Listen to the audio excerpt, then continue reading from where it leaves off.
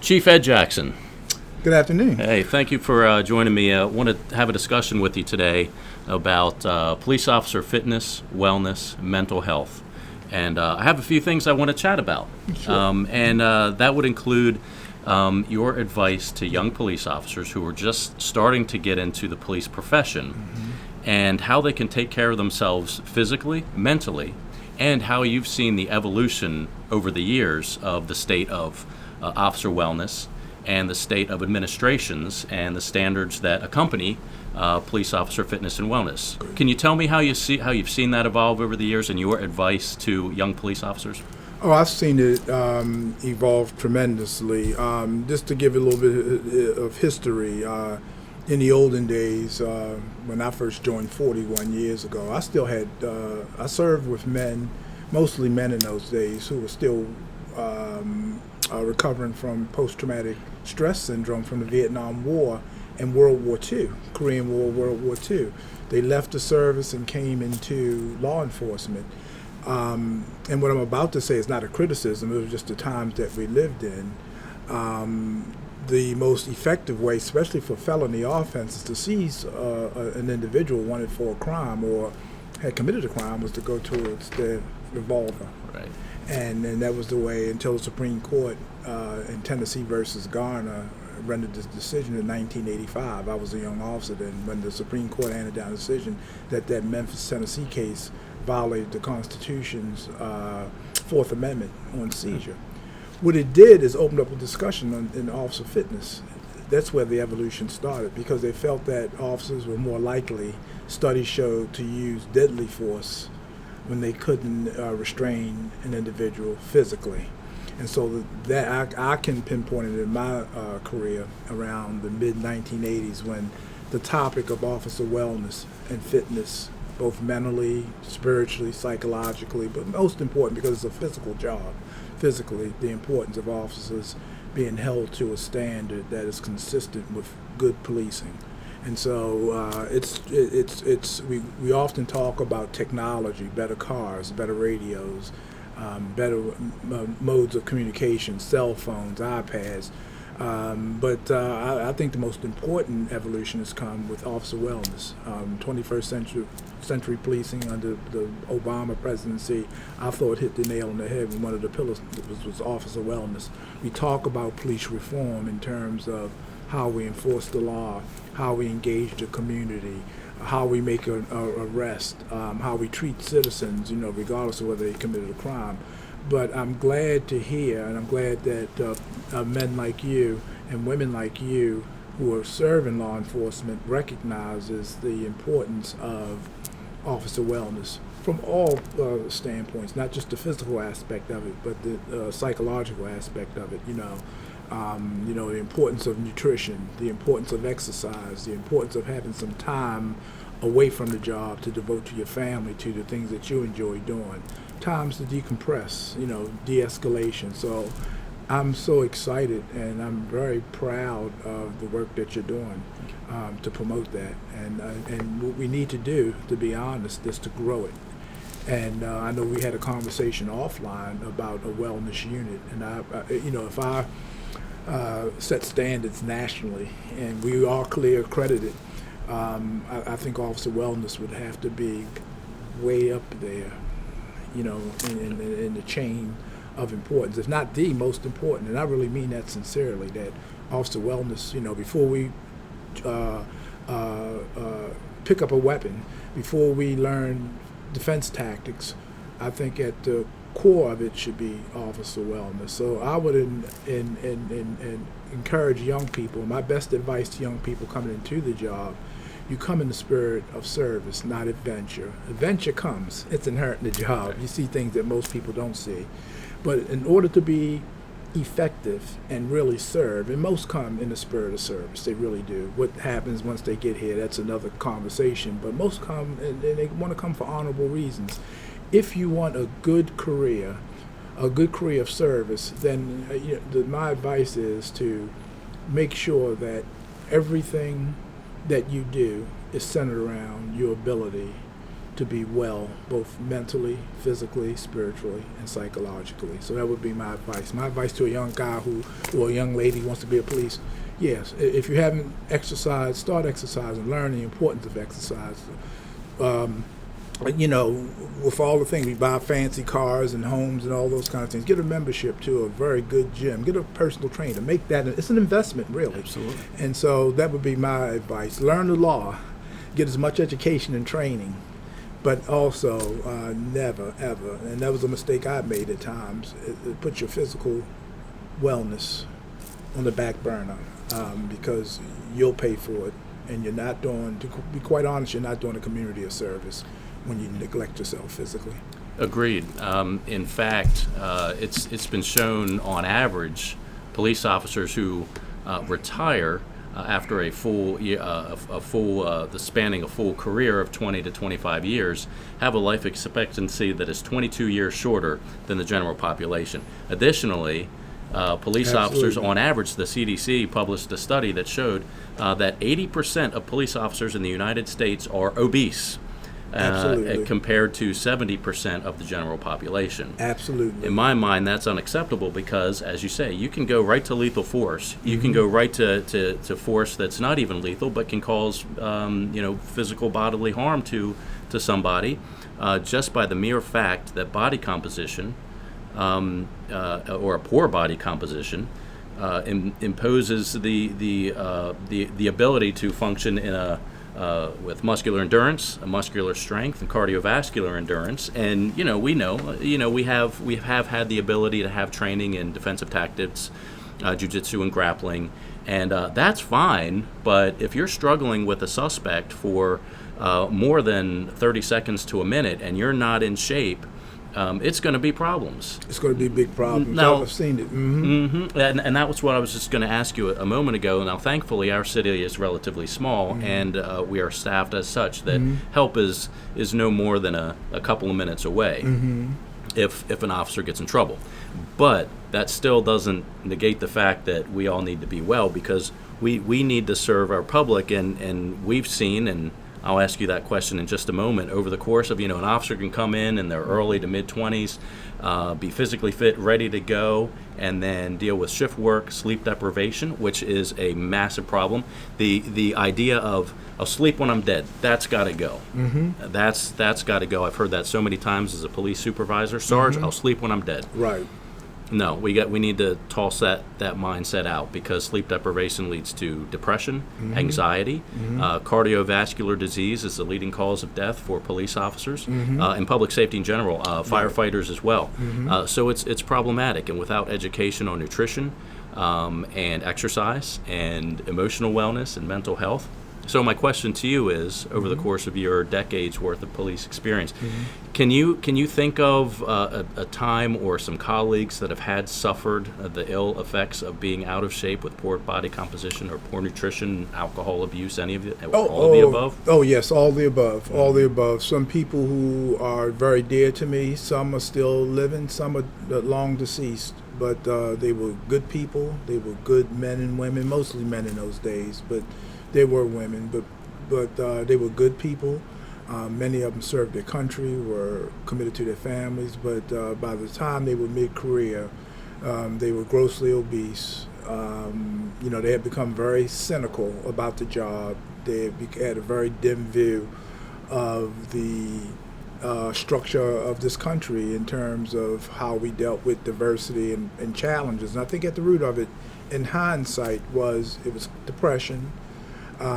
It was resentment that they gave everything, and then during that time we didn't have the knowledge that we have today. We didn't talk about nutrition. We didn't talk about circadian rhythm and how that affects your behavior. We didn't talk about any of those things back then. We didn't even have videos and smartphones to capture. I think one of the things that breaks my heart, every day somebody will send me, or I'll discover, whether it's on TikTok or some other form of medium, or an officer struggling with a suspect and in a life and death situation, and many times you'll see obesity.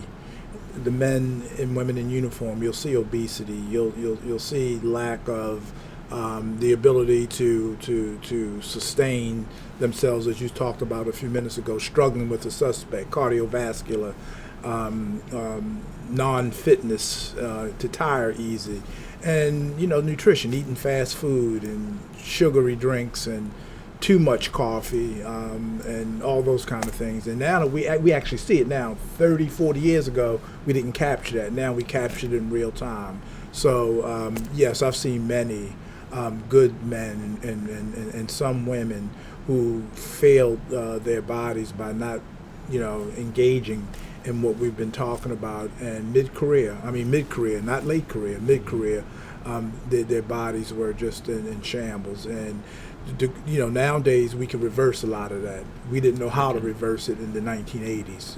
Now we know about diet, exercise. We can, insurance covers it. There's so many ways now. So it's not the same excuses they had 40 years ago. Now we can reverse a lot of this. But a lot of these men died early deaths. On average, I remember the Baltimore police, on average, you could expect to live 5 years after you work 30 years for a pension.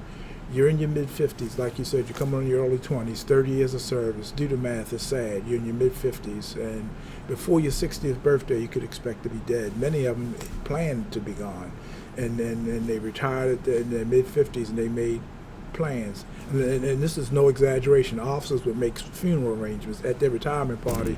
They would go and they would get their house in order, because they knew, based on previous retirees, that they were probably going to be in the same boat, and they learned from them how to prepare a funeral, not enjoy a healthy, happy life after policing with their children and grandchildren and great-grandchildren. They didn't look forward to any of that because of the abuse that their body took.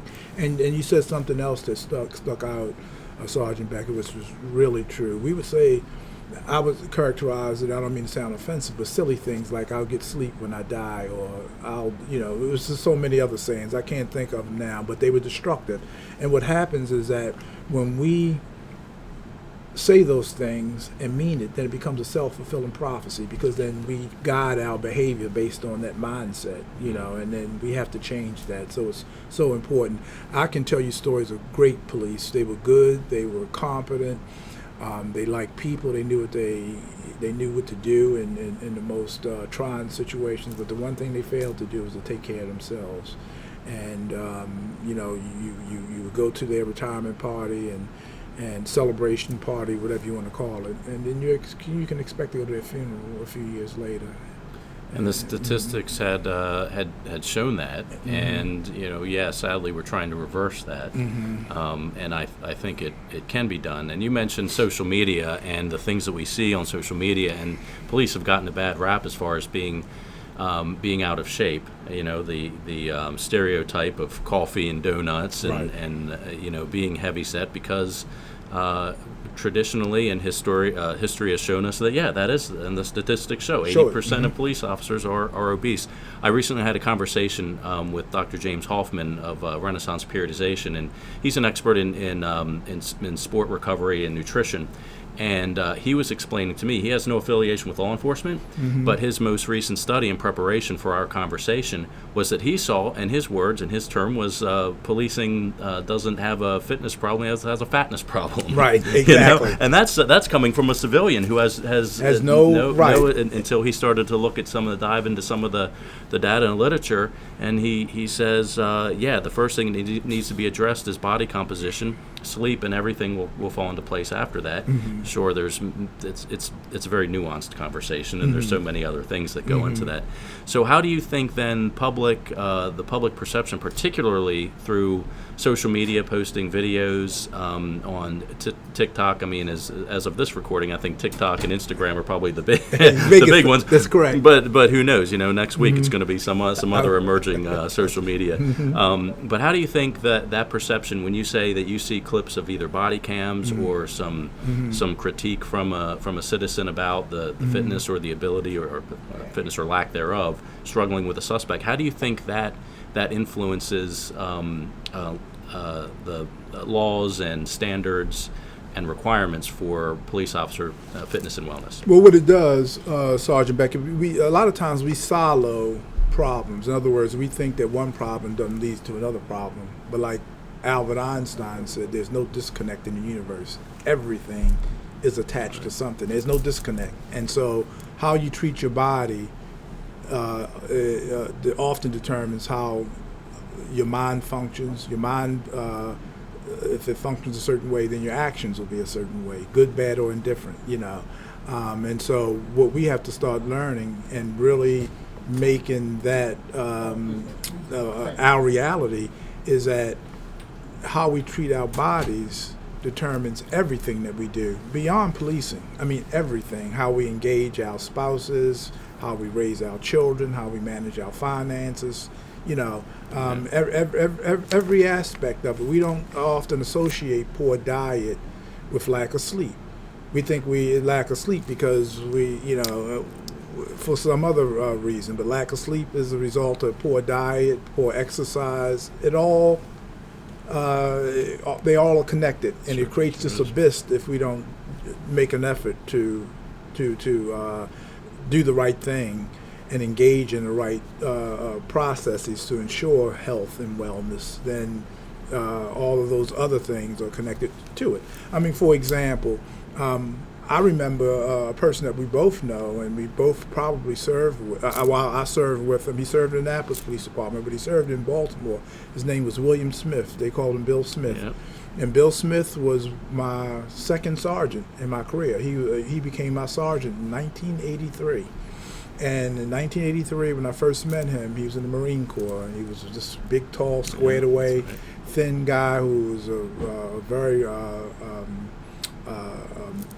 he had a very military bearing, and he always looked squared away in his uniform. And I never forgot this, Sergeant Becker, what he said to me when he was my sergeant. He looked at me and he complimented me on my uniform that day. And like most young cops, my uniform wasn't squared away every day.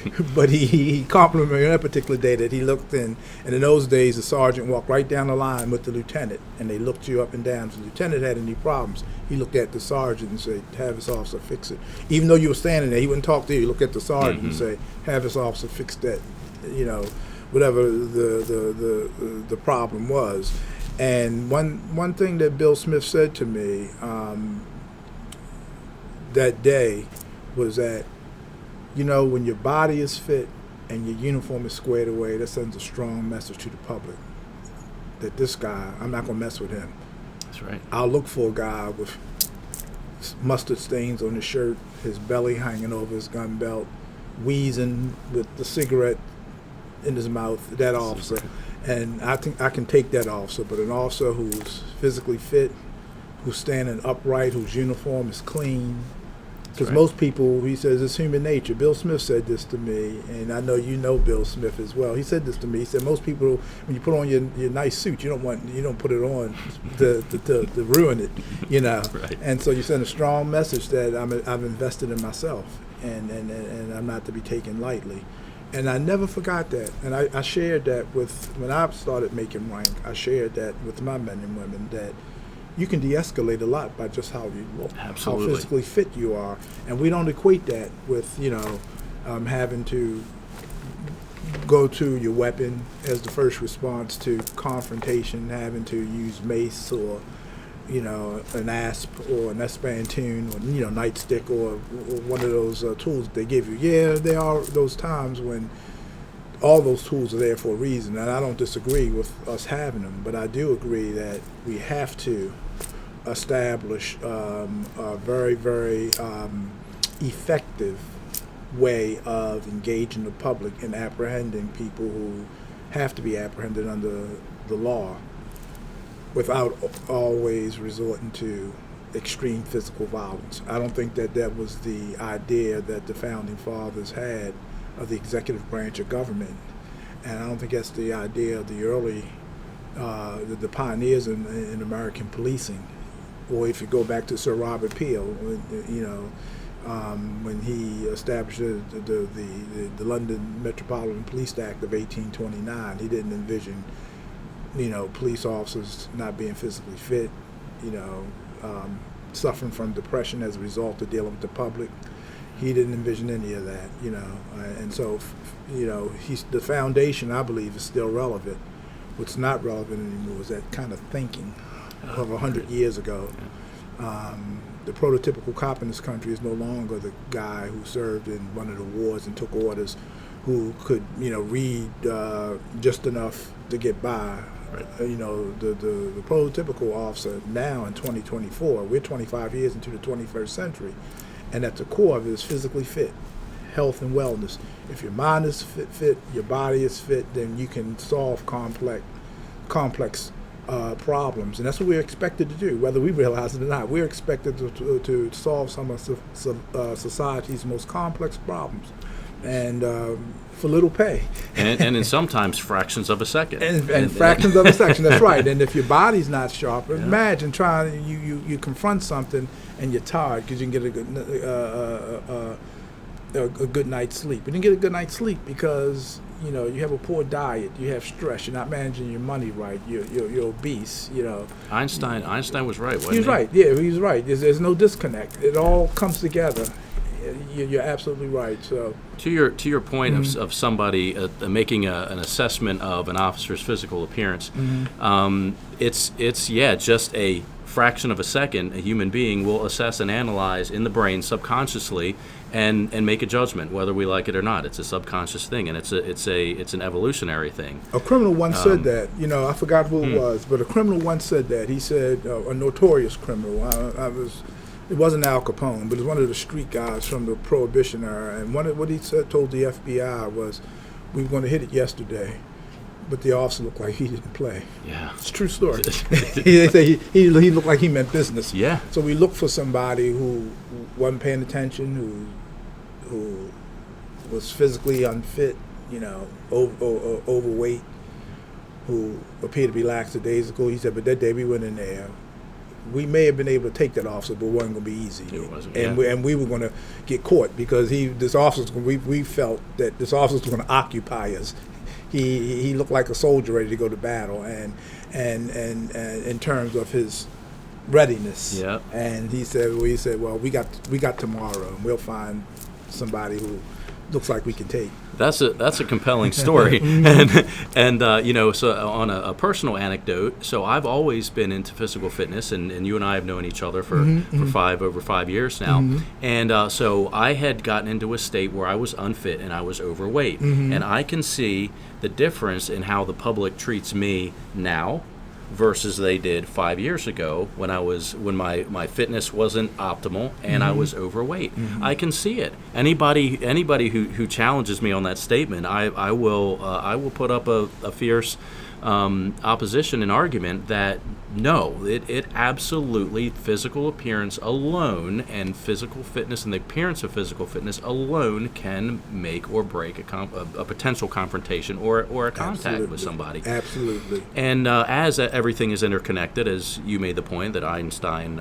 so astutely did so 100 plus years ago, however long ago it was, is that everything is interconnected, and it does indeed start with sleep, and everything impacts sleep. And I think it's ignorance, not ignorance in a derogatory state, but just a statement, but simply not knowing to the average person, and including police officer, that sleep plays a tremendous role in readiness, in cognitive performance, in mood, even in cravings, and weight control. And we are shift work. It's a statement that I used to say, actually, and I've backed away from the statement.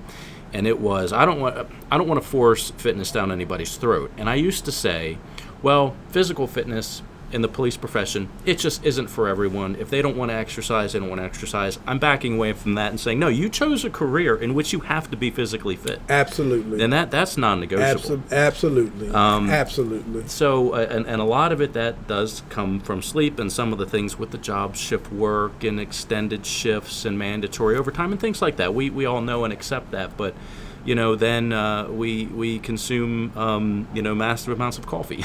Exactly. And caffeine, the I stimulants. still struggle with that. I'm just being honest. As Full do disclosure, I still struggle with that. I love my cup of coffee, and in the days I tell people, in the early 80s, 7-Elevens used to be open 24 hours. So if I'm working a midnight shift, That's the only thing open. I get hungry. I say, oh, it's easy. It's a donut's right there. You don't have to wait for it and to get the coffee. That's really. And then they're the stereotype. Because they used to be, I used to, it was a Harford Road in Hillen in Baltimore City. The building's still there. It's no longer a 7-Eleven.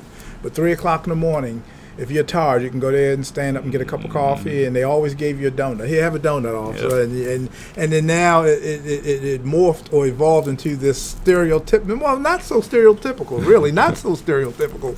This idea that we've allowed ourselves to consume stuff like that, you know. And so, you know, in full disclosure, I have to work on it. I think as a 65-year-old man, I've shed a few pounds, and I walk now. I used to be an athlete, so I understand. And if anybody's aware of the importance of physical fitness, I used to run a 4:33 mile. A 4:33 4 minutes and 30 mile. was my best mile was 4:33, and my best half mile was 1:59 seconds when I was in high school. I was an all Maryland Scholastic Association athlete, and that was in my youth, but I never forgot that, you know. And I carried it into young adulthood. I carried it into the police department. You know, I won the award for the fastest runner in the class, my academy class, and all that kind of stuff. And then, like you said, and I don't blame it on these things, but life. You got a house, you're working overtime to support a house that you really can't afford. You buy a couple of cars, and you're trying to live that American dream. And next thing you know, physical fitness falls, you know. But isn't it interesting that we won't give an officer a badge and a gun if they don't qualify? But we'll hire them if they're not physically fit. So to your point, Sarge, very astute of you. Yes, I was the same way. Well, yeah, if he chooses or she chooses not to go to the gym, you know, that's their prerogative, you know. But again, not understanding Einstein's connectivity, and it's some aspect probably of his theory of relativity, everything is relative, then what cops don't think about is that we could get better pay if health care wasn't so expensive for law enforcement. We could get better, in many jurisdictions, better pay if the local government wasn't paying out tort claims, civil liability, for excessive force complaints, and all those things associated, those poor behaviors associated with poor diet and not enough exercise and not enough sleep. But yet, if an officer goes to the range and doesn't qualify with his gun, then we bench him. Yep. You know, so we should bench them if they're not physically fit. I agree. It should be an imperative. It should be a demand that we have a certain level of fitness and maintain it. Now, I would agree that age, you don't expect a 65-year-old man or officer to perform the same way as a 22-year-old. But it's not. But a 65-year-old could still maintain a level of physical fitness that allows him or her to do the job effectively. When you get past 50, doesn't mean your career is over with. You just have to work harder at maintaining, you know, a level of fitness, and we should expect that from everybody. So, I want to say kudos to you because I've known you, like you said, 5.5 years. You're a very passionate man. You care about people. You love people. I don't care who they are, and you do. You love people. Nobody has to be around you long enough to know that you love people and you love the community, you love what you're doing. It is a people profession. Well, sometimes when you love people and you care about people, you have to give them some hard truths. And we can't condone poor fitness and say, well, yeah, you're entitled to poor fitness. When you really analyze that, it doesn't make sense, does it? Right. Yeah, in this job, you know, if you no longer interested in finding a weapon, then we tell you, well, maybe think about retiring or finding another profession. Well, we should be telling people that about fitness. If you don't find it necessary to maintain the level of fitness, then maybe you should think about something else because we need you. And you will not always think about crime. We're public safety people. That means if a building's burning and we have to assist the fire department in carrying people out. We're expected to do that. If somebody gets hit by a car and we have to, an automobile accident, and we have to pry them out and carry them out of the car, we're expected to do those kind of things. You can't do those things if you're not fit. And I would hate to think that somebody, a loved one or a family friend, loved one meaning family or dear friend or somebody I cared about, it could be a stranger that could have been saved, but the officer wasn't physically fit enough to do what needs to be done to extract them from a vehicle. I'm sure it's happened countless times that we would never even know about. Absolutely, yes, sir, absolutely. And to your point, you mentioned a few minutes ago, and it brought a cliche to mind, is that you can't take care of others until you take care of yourself. Absolutely. I was just on an airplane. We all fly all over the place because apparently cops like to travel. Mm-hmm. So when the oxygen mask falls from the ceiling and the flight attendants tell you before you strap up to the child, strap up to yourself. That's right. That's right. And that, I think that is a good analogy to Excellent. us. That's right. Whereas not just as parents and as people who care for perhaps elderly or whatever the case may be outside of work, but this is a career of service, and That's right. and the physical component, and that we have to take care of ourselves. And imagine somebody who is devastated by bankruptcy just financially, and the stress and sleeplessness that goes into that. So some financial literacy, I think, is in order as well. This conversation happens to be about physical fitness, and that's a whole other conversation with a financial expert, which I'm not. But they're relevant, though. They are. They are connected too. I agree. They are connected. They are indeed. So, Chief, I'll keep the conversation there for now, but we can chat more, and I appreciate you taking the time to discuss it with me, and I'm glad to hear your thoughts, and I appreciate the positive feedback that you've given me. Thank you. I enjoyed the conversation immensely. It was a very important conversation, and I would argue that this is a much a part of our duty as all the other things that we do, planning raids and writing warrants and issuing citations and doing all those other things to keep the community safe. This is just as important. So I'm glad that you gave me this opportunity. I want to thank you personally. Yes. And I look forward to working with you and supporting this very worthwhile endeavor.